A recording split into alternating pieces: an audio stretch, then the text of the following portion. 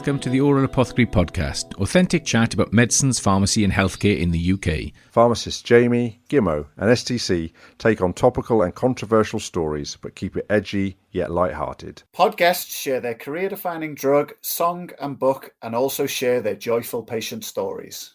Welcome to the Aural Apothecary podcast. My name is Jamie Hayes. For this episode, we're joined by Professor John Seddon. John is an award-winning occupational psychologist and author specialising in the service industry.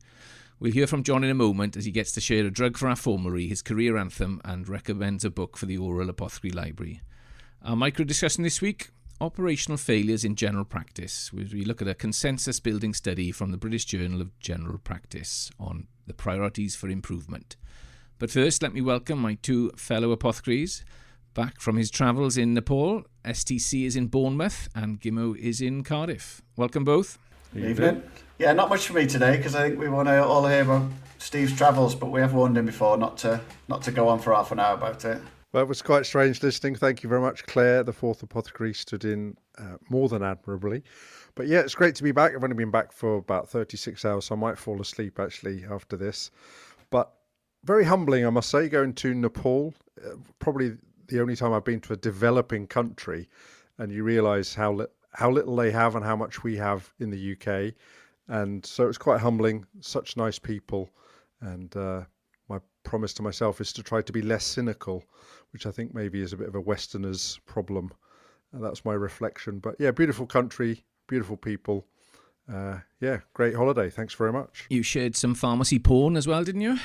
I did, yeah. There are lots of... Do you know what's weird? Because it's a developing country, right? In Kathmandu, like in the city, it's a bit like, you'd think about London and people say, oh, well, all the bakers used to be in this part of London and all the people who, the Fleet Street and all the newspapers were in this part. And that's how it's still laid out often. So you'd go to one part of the city and there was the hospital and then there was all the pharmacies. And then you go to another place and that's where all the, the purveyors of meat and chicken and things were and different parts of the town or the city. That's where all those people were selling that particular thing or doing that particular trade. It was just odd to see it like that because they don't have supermarkets or anything like that. Every street is a business, so it was fascinating, really, really fascinating. Very good. Look, I just say thanks to Claire as well for jumping on with us last time. Always nice to welcome the fourth apothecary. And look, another shout out to the fifth apothecary and the Prescript Talking Medicines podcast, because they've just done an episode. I've just listened to the antidepressant episode, and we've always said, look, if you want to get a crowd, do a podcast on antidepressants. And so for the listeners of this podcast, it's a cracker, and so I would highly recommend it. It's a technical discussion at times, but actually it is a great listen, and I would put it up there with essential listening. Yeah, I think that's enough with promoting the competition, Jamie. It's not competition, is it? Just make the pie bigger. Let's move on. A great pleasure to welcome Professor John Seddon to the Aural Apothecary. As I said, John's an occupational psychologist and author specialising in the service industry. Because he might be new to some of our audience, I'm going to go through some of this. Okay, so he's the managing director of Vanguard, a consultancy company formed in 1985, and the inventor of the Vanguard Method, the means by which his organisation helps leaders transform their organisations from conventional command and control designs to system designs with remarkable results. John's prominence grew following attacks on conventional management thinking, sometimes referred to as the new public management. And so we might talk about that and talk about things like economies of scale, quality standards, and deliverology. Look, there's an ology for you already, Steve. And the use of targets, inspection, and centralised control of local services. Described by the Daily Telegraph as a reluctant management guru. So there's lots for us to explore. He's authored 7 books so far. That's probably enough, I think. Let's have a look. His full bio will be in the show notes. Welcome to the podcast, John. Thank you, Jamie. Look, John, if we came across you in a pub, what would you be drinking, first of all? What would be in your hand? Definitely Timothy Taylor's Landlord Bitter, best beer in the world. Okay. Madonna thinks that as well, doesn't she? Does she? I didn't know that. Well, Yeah, I've got something in common with Madonna. There you go. Okay. Yeah, no, I discovered it when I was courting my wife. She lived in Ilkley, and I would drive up from London, pick her up in Ilkley. We go to a pub called the Junction in Otley, on a Friday night, and we would drink Timothy Taylor's Landlord Bitter because it's brewed in Keighley. And in those days, it didn't travel very far, but now you find it in lots of places, which makes me very happy. Very nice, very nice. Look, John, for our listeners then, let's start with, if we had to I've heard you say this a few times, but what's the unlearning required for the Vanguard method? Because when I've heard it, I thought, that's a lovely starting point. Well, the unlearning is all to do with studying organisation as a system. But, to take a step back, we're going to talk about health and care systems today. I think it is important to say at the start that, the cost of health provision certainly will continue to rise over time simply because of medical advances, science and technology. And there will come a time when we've got to choose what we do and what we don't do. And, I think that's the case. Having said that, that the health service and care services have been subjected to what you might call new public management. I would call it command and control management. Deming called it the prevailing style of management, and it's flawed. And there are plenty of opportunities right now to make radical improvements to the way in which we deliver health and care services. And so the problem, if you like, the new public management problem, if we can put it like that, is that we've kind of industrialized our health and care services. I put this to Jeremy Hunt when he was Secretary of State for Health. What we've got is a system that has no continuity.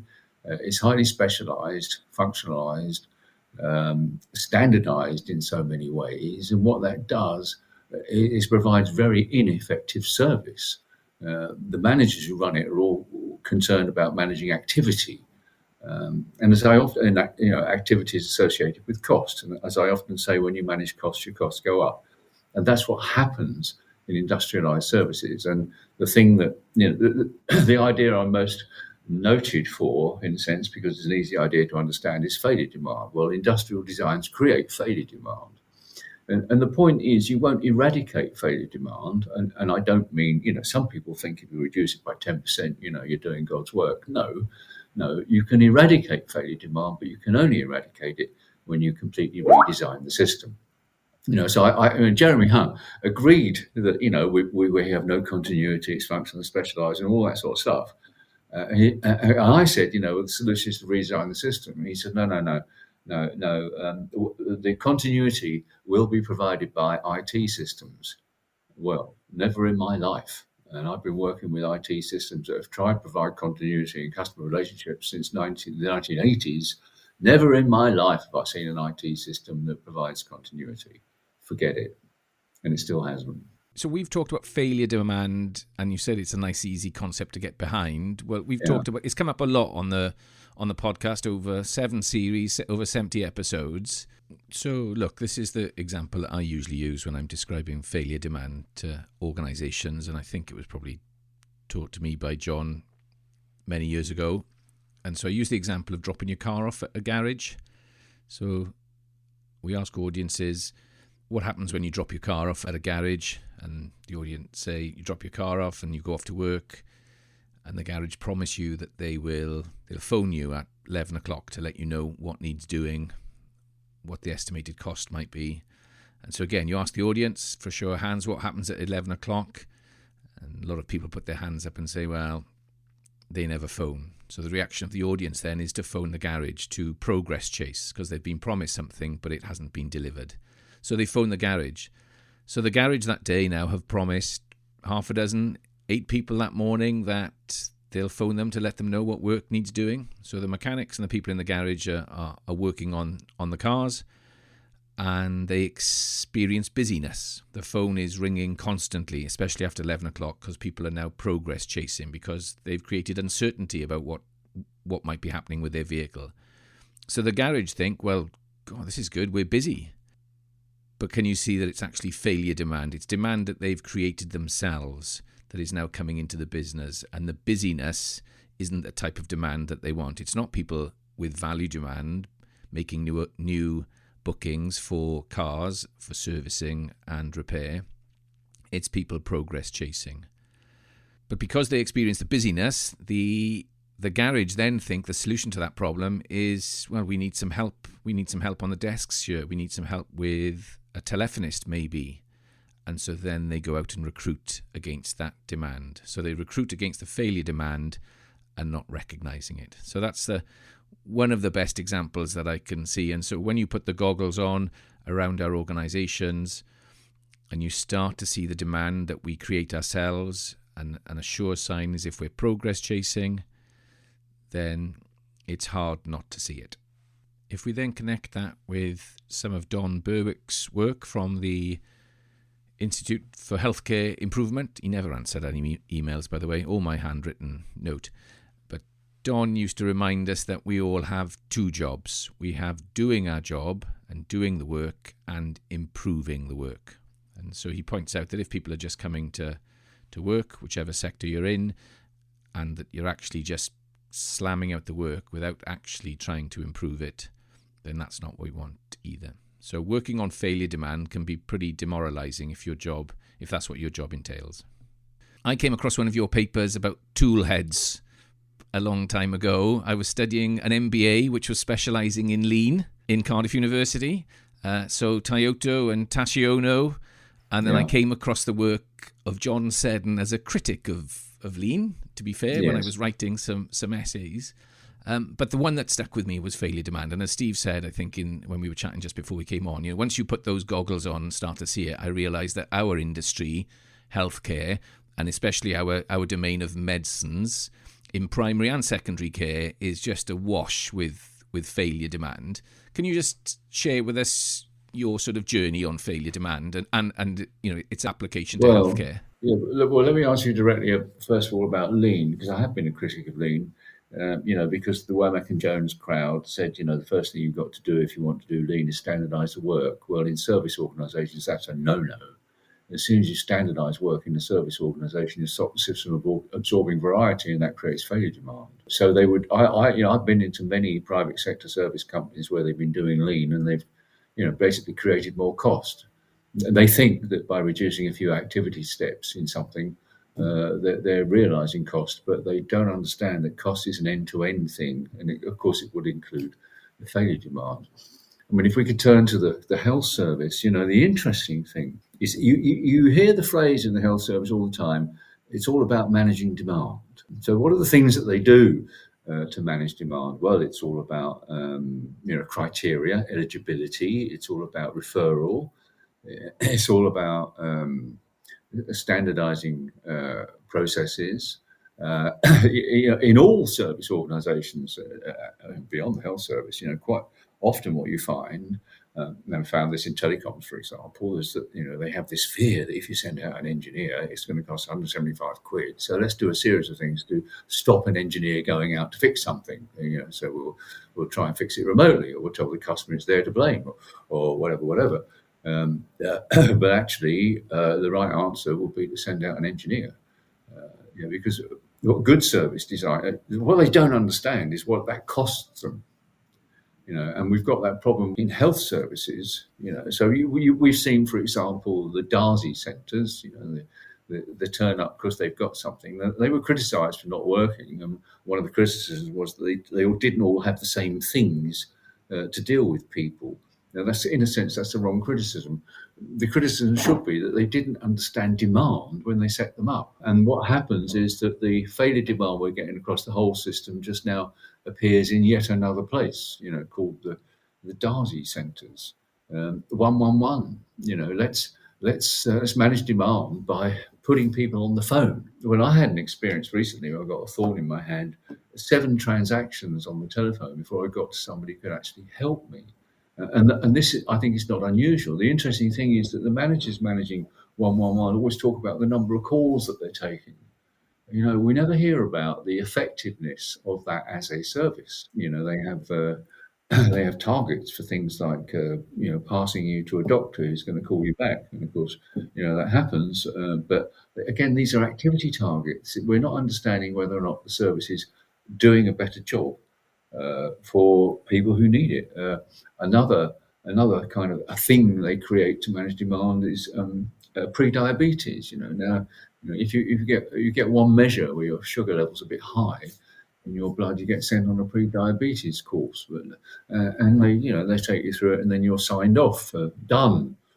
But nobody's asking, well, did you get better? Did your sugar level come down? How effective are these classes? And I'm quite sure that an awful lot of people who are diagnosed as being pre-diabetic might be better off with one sheet of A4 to give them some guidance on what to stop eating and start eating. But it's not like that. They go through a standardized thing. And we're about to get, in the budget today, they announced that we're going to have these surgical hubs.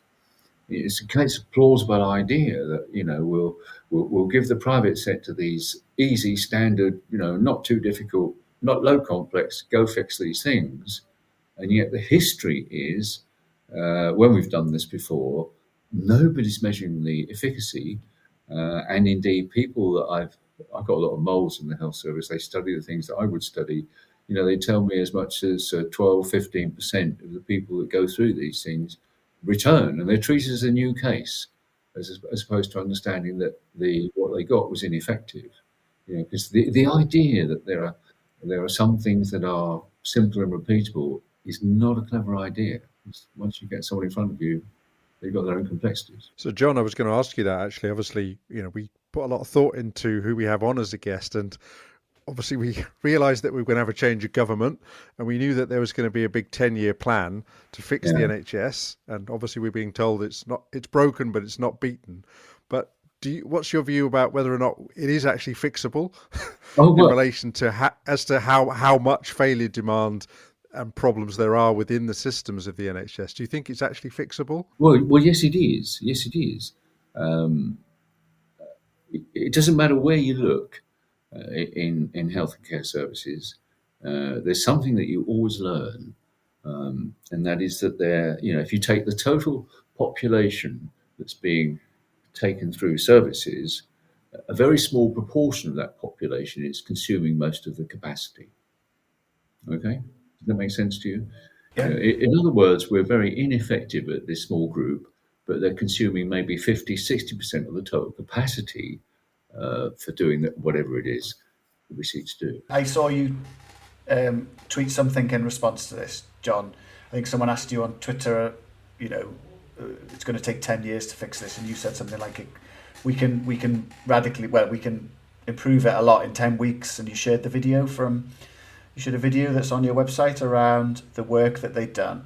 And that's, there's quite some massive improvements, and from what I could gather, what they'd done, which is your method, is essentially spend a lot of time in the service, sort of, on the ground, understanding what goes on from the patient's point of view. That's correct. And then, so the reason I'm saying it is sometimes when you listen to this method, it can feel quite complex, but actually at its heart, it's quite simple. Is that fair to say? It is, yeah, Paul, it is straightforward. I mean, in that case, so this is a group of GP practices, and they ask for our help with older people, who are generally labelled as having multiple conditions and whatever. So the first step, we were talking earlier about unlearning. The first step is to go and study. So we've got the history of all of their transactions over the last year, 2 years, 3 years, and you go back as far as you think is necessary to start understanding, what's going on for them. And how many transactions are they having? Why are they having those transactions? And when you build a picture of all of that, then you kind of ask the question, well, at what point did we understand what mattered to them? And the striking thing is, the answer is, well, we never did. You see, because we work in a system that's designed for us to look at them through our eyes, our specialist eyes, our expertise eyes, or what we can offer them is controlled by a budget. A budget tells you what you can do, what you can't do, therefore. And they start to appreciate that we've never really understood what matters to them and how they, in their context, what matter, what kind of life they would like to lead or what kind of death they would like to have. And so that leads you to the view, well, let's redesign it. And so they go back to people and they establish what really matters to them. And then they work to serve that and only that. And they have continuity in a relationship with somebody who is there to ensure that the things that matter to them are brought to them. And as that conference showed, and this is their number, not mine. When they do that, when they do a comparison of, well, these are all the transactions they've had historically in a year, in terms of visits to hospital, ambulances, GPs, district nurses, whatever. And this is, since we've intervened with them, we're starting to do what matters to them. These are the transactions they've had subsequently. The savings are no less than 75% of the total costs across the NHS. So you can do that in 10 weeks. You don't need 10 years to do that. You can do that now. That was the one I saw, yeah. And so I work in improvement, and I'm probably guilty of a lot of the stuff that you might criticise improvement for. But one of the things I've been looking at is, I call it the sludge, but it's the sort of bureaucracy and paperwork and things like that, that go around service. And we looked at, for example, when a patient has a fall and what goes on before that fall and after, and you find out there's a huge amount of work that doesn't add value. But also what strikes me is the lack of control that staff, not just staff, the organisation sometimes has over that paperwork. And that's the issue that I think us trying to do things on the ground sometimes faces, there's a lack of control that is very difficult to break. Well, that's true. I mean, I know, through socially, I know people who were physiotherapists in the health service who stopped working as physiotherapists because they spend more time writing about what they do than helping people, because there's a requirement to, every time they come, you've got to write about it. Whereas, in truth, that's very stupid. If you've got continuity in a relationship, you will do whatever is necessary. And you keep whatever notes are necessary for your purpose, as opposed to feeding somebody else. But it's the same with things like referrals. There are so many protocols in the NHS that are to do with feeding information upwards, as opposed to getting the information you need in order to serve the needs of a patient. John, I'm sure you're aware that for GPs would say, and there is now evidence for this, that the continuity that you're talking about, if you've got continuity with GPs, actually there's a reduction in the number of people, the number of referrals that get made to hospital. In fact, even the length of life, how long people live for is actually improved if you have continuity.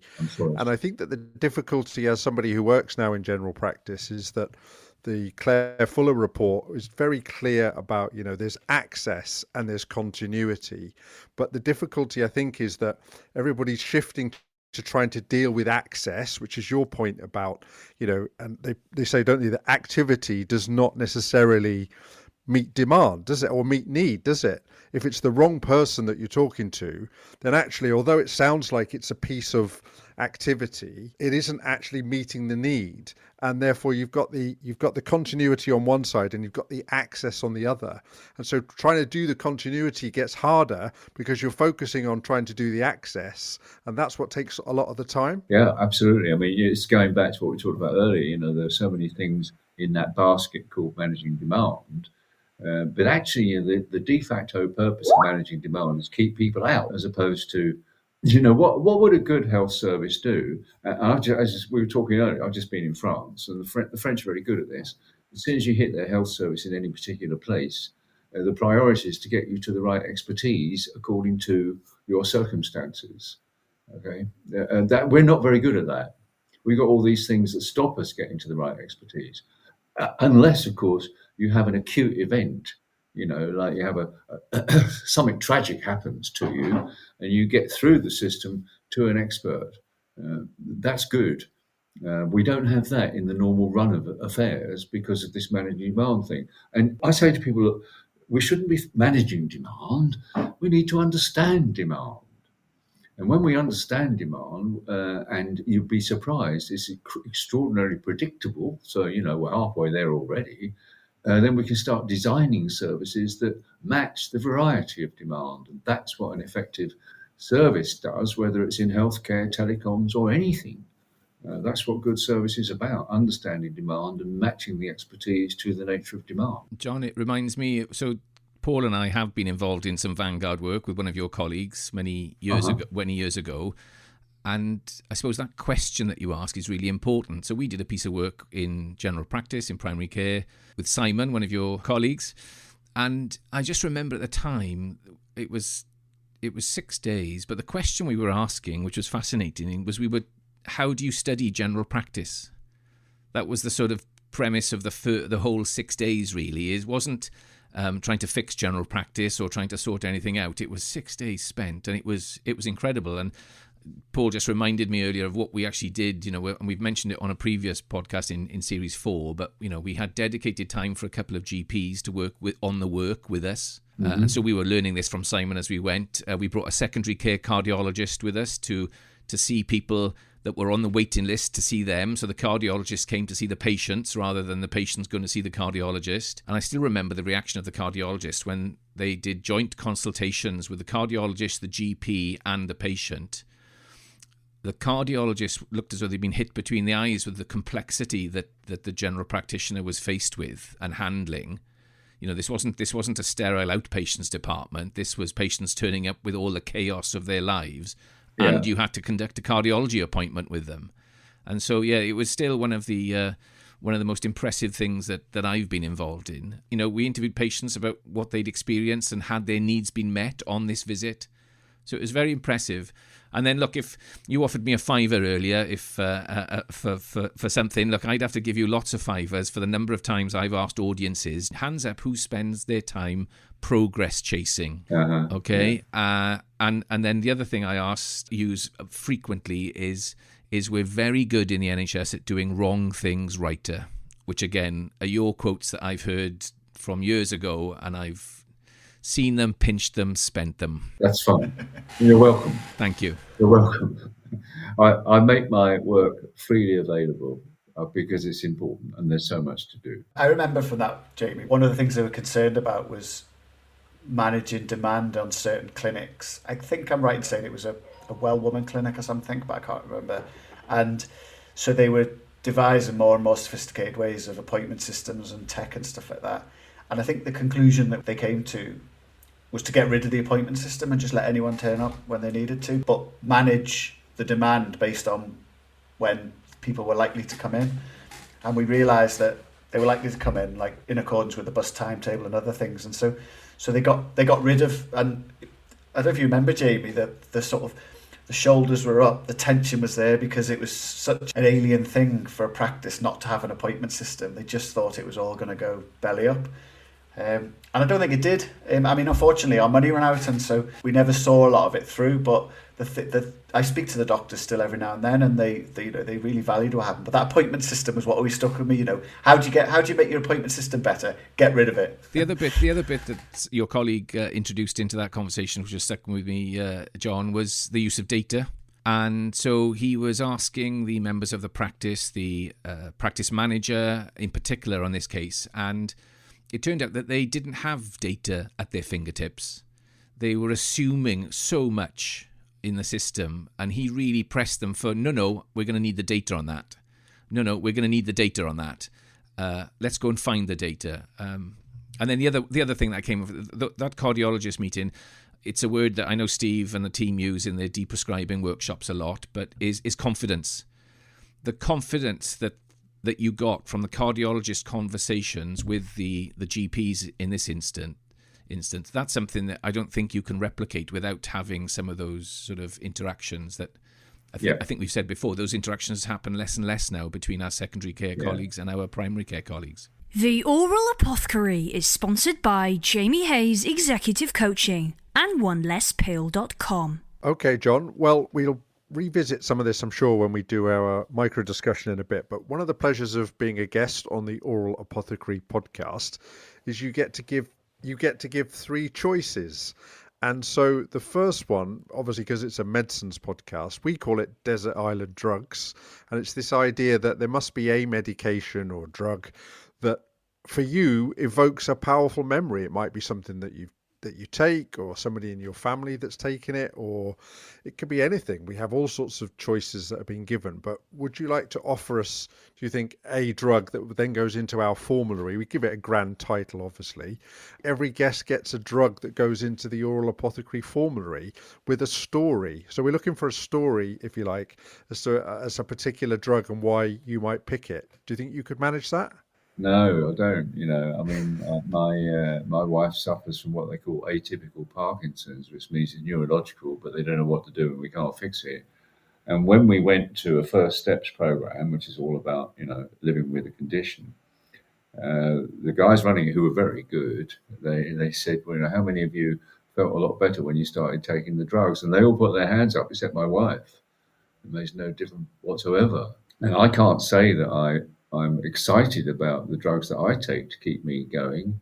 But I suppose the most important is rivaroxaban, simply because I'm at risk of clots, like a lot of, well, I am a clot, but, like a lot of people, I'm at risk of that. But I still wouldn't, I'm afraid I can't give you a drug that I would want to put in my memory of this is a fantastic thing. What do you think, Paul? No, I think that answer's great. It was more I was going to talk about the Parkinson's we had as a previous guest was Rory Kettlin-Jones, who have you listened to the Movers and Shakers podcast? No, I haven't, but I know of it. And the only reason I mention it is there was some similar points in that conversation, wasn't there, about the drugs not working. I don't know what you guys remember from that conversation, but I think that was the theme that they were coming out with. I mean, we try everything with our wife. My wife, Matt. She's got this thing that vibrates on her chest at the moment, because for some people it helps movement with Parkinson's. Well, she certainly, she can't move basically, but it's not helping her with movement or with speech. That's the other problem. But we'll run it for a period. I mean, for some people it's great and it's working. And the company that does it gives it to you for 6 months, and if it doesn't work, they'll give you the money back. All that's good. We try everything, but I can't really put my hand up and say there's a drug that I would say I would want on my desert island. So what we'll do, John, is we'll cut that sympathetically and we'll take rivaroxaban. That'll be great. Yeah, but what we're always interested in, as I am anyway, when somebody's offered to take rivaroxaban, which is a blood thinner, as I'm sure you know, if you've got an irregular heartbeat to reduce the risk of you having a stroke, is did you get offered? As in, were you given the choice? Were you given, well, these are the risks and these are the benefits? Did you have that discussion? We call it a shared decision-making process, talking about the benefits, the risks, the alternatives, and doing nothing. Did you have that? No, not really. I was on warfarin and I was told, well, we're going to put you on rivaroxaban. See, I don't get the pronunciation right. I just read the packet. Rivaroxaban, but you've got to bear in mind, John, that if you're hit by a bus, you'll die. With this one, well, okay, fine. I'm not planning to be hit by a bus. That's a great risk communication conversation. Well, that's what I was told. How long were you on warfarin for, John? I've got no idea. Probably about 5 years, and since then I've been on rivaroxaban every night. Okay, well we'll go with rivaroxaban. It's rivaroxaban. Oh, don't get me started on pronunciation. Yes, Steve's he's a typical pharmacist, John. He's really pedantic about pronunciation. He's gonna be tetchy as well because he's been travelling. It's on the second syllable. You have to announce the second syllable of a drug name. Anyway, look, moving on. The second thing we're after, John, as a guest on the Aural Apothecary, is a particular piece of music that you might define as perhaps something that you associate with your career or maybe just your life in general. What would you like to offer us? Because we do actually have a playlist on Spotify, the Aural Apothecary playlist. So what would you like to offer us? Oh, without a doubt, Eric Clapton's version of "Have You Ever Loved a Woman" when he was doing it with Derek and the Dominoes. Okay. I could play that every day, and I know all the guitarists. And I was a guitarist. Unfortunately, when I was 21, I swapped my guitar for a motorcycle, which I think was a very bad move. But I admired Clapton all my life. I love his work. I love his acoustic work. He's a talent. But that song, I could sing it for you, but I won't. We have had people sing the songs before. and play the guitar. Okay, yeah, good. Well, we're doing well. The third thing is a book recommendation to the listener, okay? And for the Aural Apothecary Library, and we have already mentioned this, but your book, freedom from command and control was actually the choice of Jamie. So when we first started the podcast, we each gave our 3 choices, and so Jamie picked your book, and that's why you are a guest on here today. So what would you like to offer the listener as your book recommendation? I think, first of all, that's another fiver for Jamie. I've got to stay out of South Wales, eh? Well, I'll tell you what. I've just been visiting my daughter in France, and while I was there in the evenings, I was reading George Monbiot and Noam Chomsky. They do not make you think very broadly and widely about life, civilization, democracy, environment, etc. And I think we all should read these people because they don't get enough airtime. However, I would have to say to you that the most important book that's influenced my life and should influence everybody is Deming's Out of the Crisis, which was published in the late 80s. And that was the book that made me think, well, he's right. Humankind, invented management. It doesn't work very well. We must change it. That sort of set me on the path. I couldn't find from Deming what to do about service organisation. I couldn't find from the systems literature, because Deming said we must manage it as a system. The systems literature didn't help me at all. Lots of interesting stuff, but interesting doesn't equal useful. And so I set about working it out.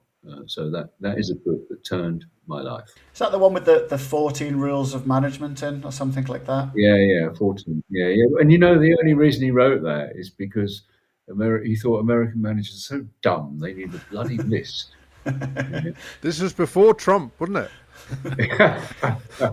But one of them was about abolish inspection, wasn't it? And I know we probably don't want to go into too much depth, but I know you've just published something on regulation today, haven't you? Yeah, abolish targets and all that.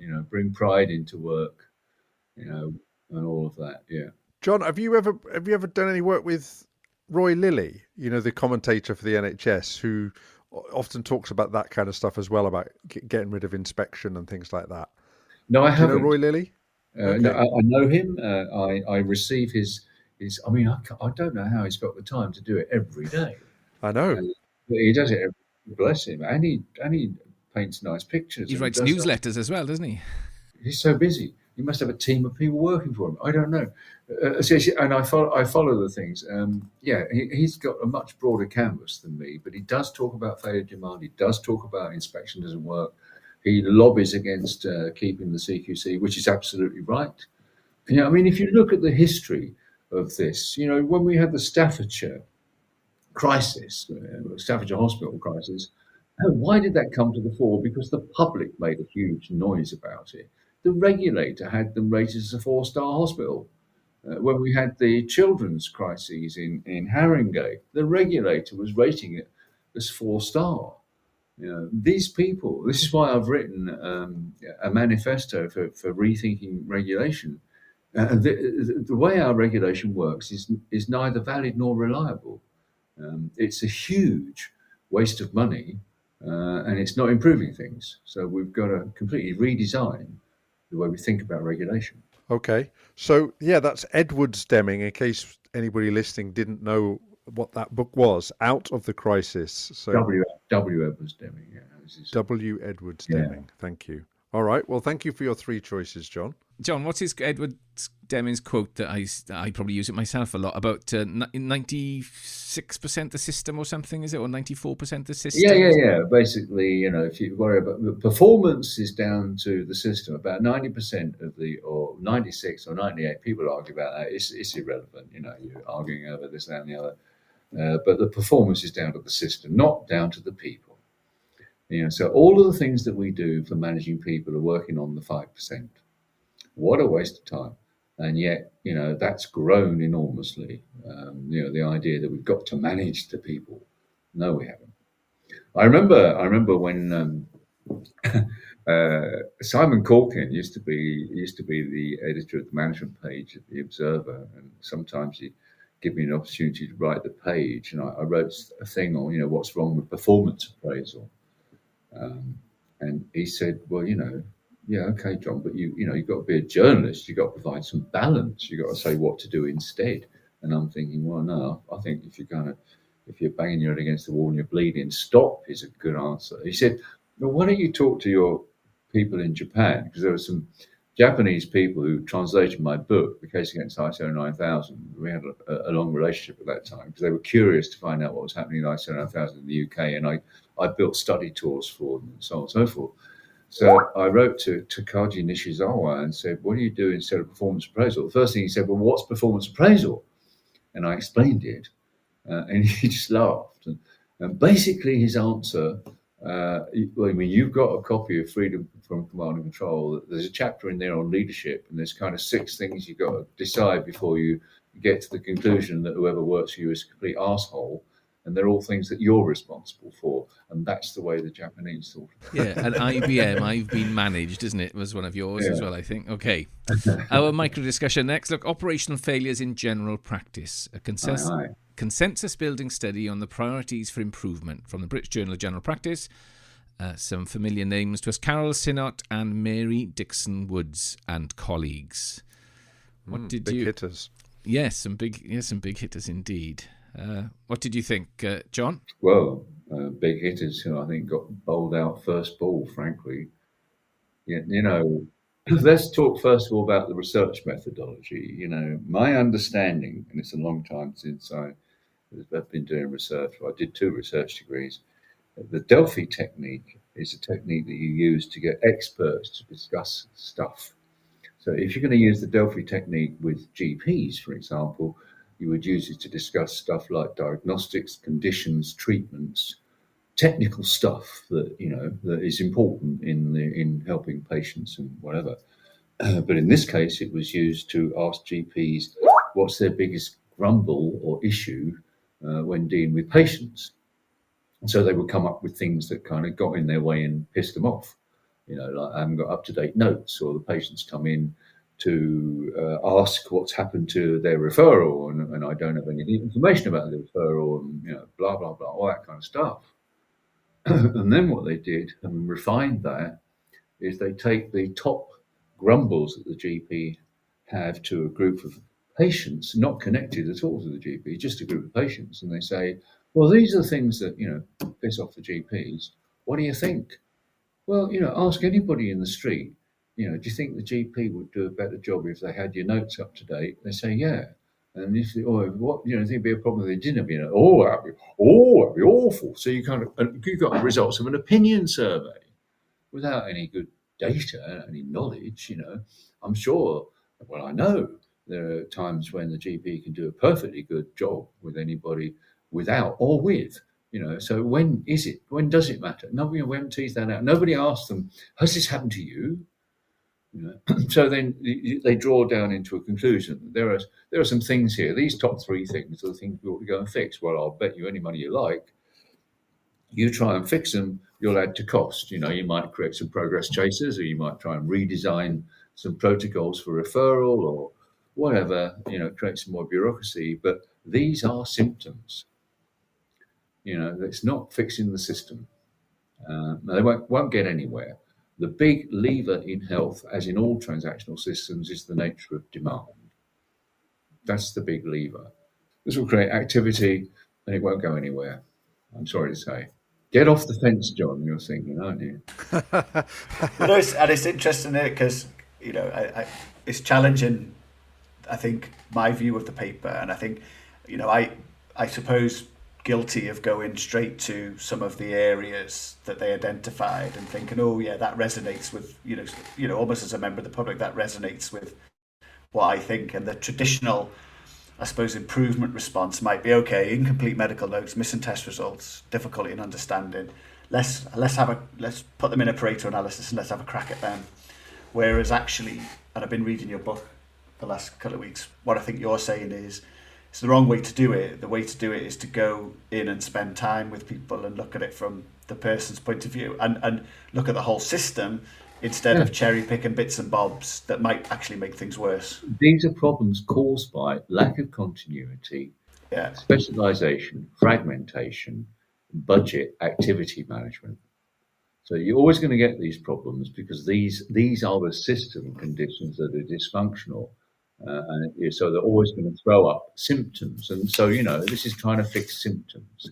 It's a bit like, we've all got heating and hot water systems, and so there are many companies that would try and diagnose you remotely over the phone and tell the engineers to go out and do a certain thing and give them a part. And managers worry about managing their activity and getting them to do that, and don't spend too much on materials and spares, and do more jobs per man per day and all the rest of it. Now, if you say to those managers, well, actually, the right thing to do here is when the engineer turns up at a house is not just fix the symptom, but look at the hot water and heating system and leave it in such a way they're confident it's going to work going forward. They'd say to you, don't be stupid, John, that would cost a fortune. But you see, they haven't done the learn bit. They haven't seen how much it costs them to not do that. And so when you start getting data, I talked earlier about data about demand, they actually discover that their customers on average are getting, say, 3 visits a year. They could get as many as 7 visits a year. And so you say to them, well, look at the economics of that. If you design a system where they get 1 visit a year, how much is that going to save you? So why don't we design a system that gets them 1 visit a year? So it's the same with healthcare. We have a system that creates its own demand. I said earlier that it doesn't matter whether you look in pathology services, care services, ICB, commission stuff. They commission on the basis of activity, more commissioning. But actually, no one's looking at efficacy. If we look at efficacy, we learn it's not very effective. So you redesign the system to bring the expertise closer to the patient to make sure that we do what's good, like I described in France. And what you find then is you get a massive release of capacity. You can do more things. So going back to heating hot water systems, we've done that in a number of countries around the world. And it's amazing how much money you save when you actually fix the system and the customers like it. And then you can actually guarantee that because you've got the capacity, if there's any problem, you'll get it fixed by the evening. What a wonderful thing. And healthcare should be like that. Can I ask you something, John? It's sort of related. Episode 4.9 of the Aural Apothecary, we had a GP on who's interested in everything you've just been through. And the paper that we used then was had your name in the title. Using Seddon's Vanguard Method for Service Improvement in Health and Social Care, a Scoping Literature Review. Uh-huh. And who wrote that? Mushrat J. Ahmed Landeriu. I don't think if I've got that right. I think it's similar to how we pronounced it when we did it first time round. And on that discussion, we were, and Paul and I were guilty of this. So we did that great piece of work with one of your colleagues, and we never published it. We wrote it up, but it never got published. So how, for the effectiveness of your intervention, and for the things that you say, where does that lie in the sort of peer-reviewed journals? How successful have you been in that? You've written 7 books, you said, so far. Yeah. What about people sort of writing up your work and the Vanguard consultants publishing? Oh, well, I mean, very interestingly, it must have been about 20 years ago. It was actually when I was in Cardiff. It was Professor Peter Hines. You may remember Peter Hines. He said to me, John, your stuff's very interesting, but it's not real. And I said, what do you mean it's not real? I do it every day. Of course it's real. And he said, no, it's not in the literature. Oh, okay. So I have published a whole series of articles in the literature and in 4-star journals. I'm chapter 10 in Mike Jackson's book on systems theories and practice. That's a door-stepping book, very big book. I publish an awful lot, but what I've learned, and it won't surprise you, I suppose, is that academics don't take any interest in that at all. Academics follow their own furrow. I thought by publishing a lot in academia, more people might, pick up the baton, and but unfortunately they don't. There's a Palestinian professor who I gave access to when he was doing his PhD some 25 years ago now. Whenever he asks, I continue to give him access to my clients because he wants to continue doing research and publishing, and he publishes in 4-star journals too. But you know what? It makes no bloody difference whatsoever. Steve, what do you think of the paper?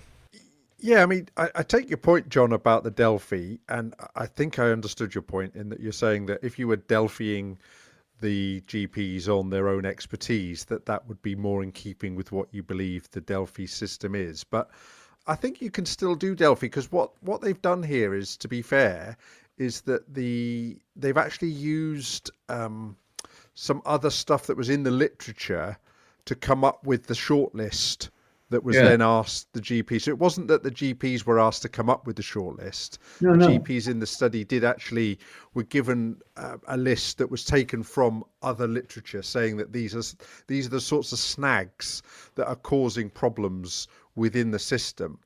I suppose what I'm not sure about now is that they call them operational failures. I don't think you're disagreeing, are you, that the things that they're saying that came up as the highest scoring, so as you say, inaccuracy in medical notes, missing test results, difficulty referring, to my mind, I would still see them as being failure demand, because in other words, you haven't actually dealt with the problem. You haven't been able to work out what's the problem because you haven't got the right test results, or you've not been able to refer the patient because of the system for referral, doesn't work for a particular condition.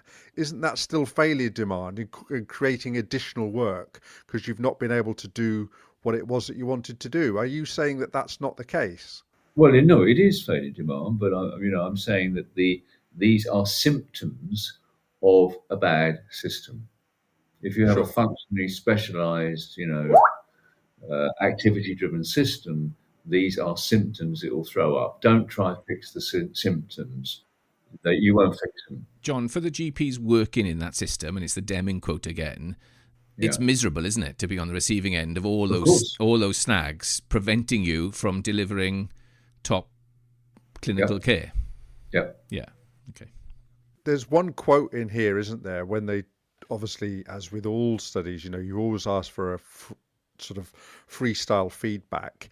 And I'm sure you all read this, and it's a quote from a GP, and it said, "The bidirectional negative relationship between high workload and operational failures in general practice. I left daytime general practice for many reasons, but the constant inability to do my job by factors out with my control absolutely wore away at me and contributed to my decision to leave. I just couldn't take it anymore."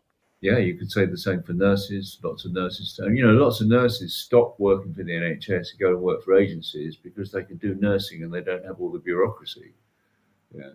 But again, I fully understand that. I mean, it's tragic the amount of people who leave because they can't do their work. But my answer is it's a shit system. Yeah. So put somebody into a shit system, it's just going to repeat itself in 18 months down the line, isn't it? The next person will be burnt out as a result of a poor system. Yeah, and it's not their fault. I can't blame GPs for this. The design. This is the most extraordinary thing. This is why I wrote the manifesto on regulation. The primary designers sit in government. So your reputation is governed by.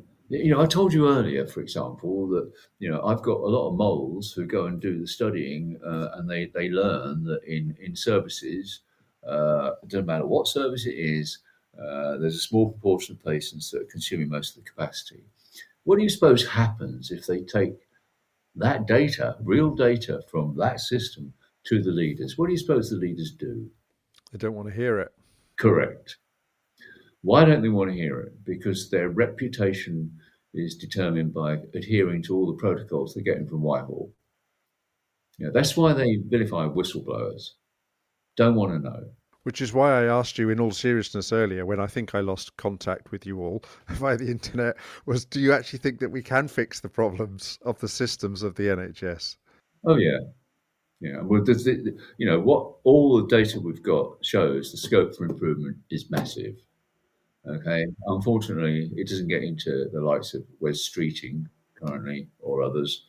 But nevertheless, we've been able to do pieces of work here and there that demonstrate the same things. You can make massive improvements by redesigning the way it works. And so, John, you were saying earlier that you don't have access to government per se. Is that accurate?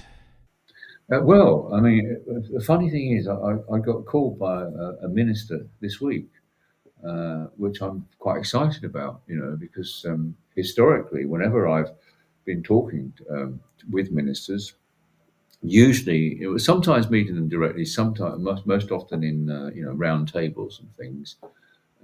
They basically don't want to hear what I've got to say. Historically, this minister sought me out, which is great. But well, we'll see, won't we? I don't know how many ministers listen to the Aural Apothecary, but yeah, I'm sure this.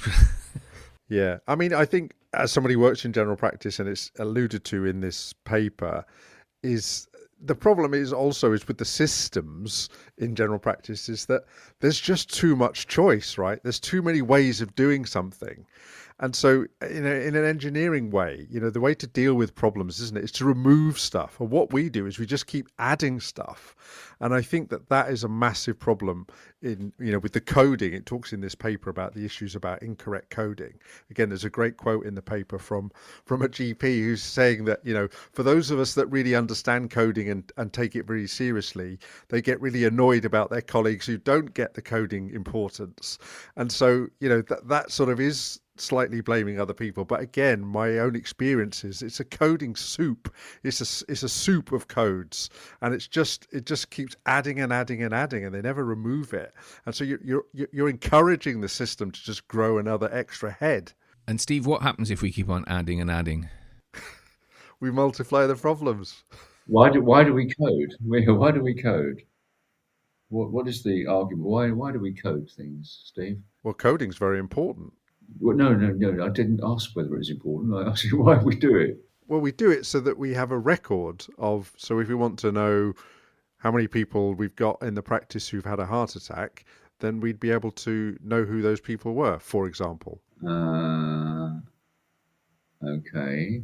What would you do as a consequence of that? Well, it would, for example, alert us that those people need to be reviewed that year to check that they're having their blood pressure checked and their cholesterol checked, and they talk to them about their dietary and health lifestyle advice, etc. All of them, with all of those things, is that necessary, or is that? Well, that would be perceived to be good quality care to do that.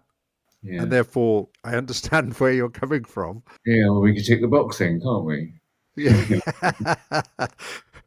Yes, and so I was about to say, and there is a quality outcome framework request to do that. Are all heart issues the same? Well, if you've had a myocardial infarction, if you had a heart attack, then in that sense, yes. But obviously, there are lots of other heart conditions. So I get your point, and so we couldn't exist in a world without coding in a healthcare point of view.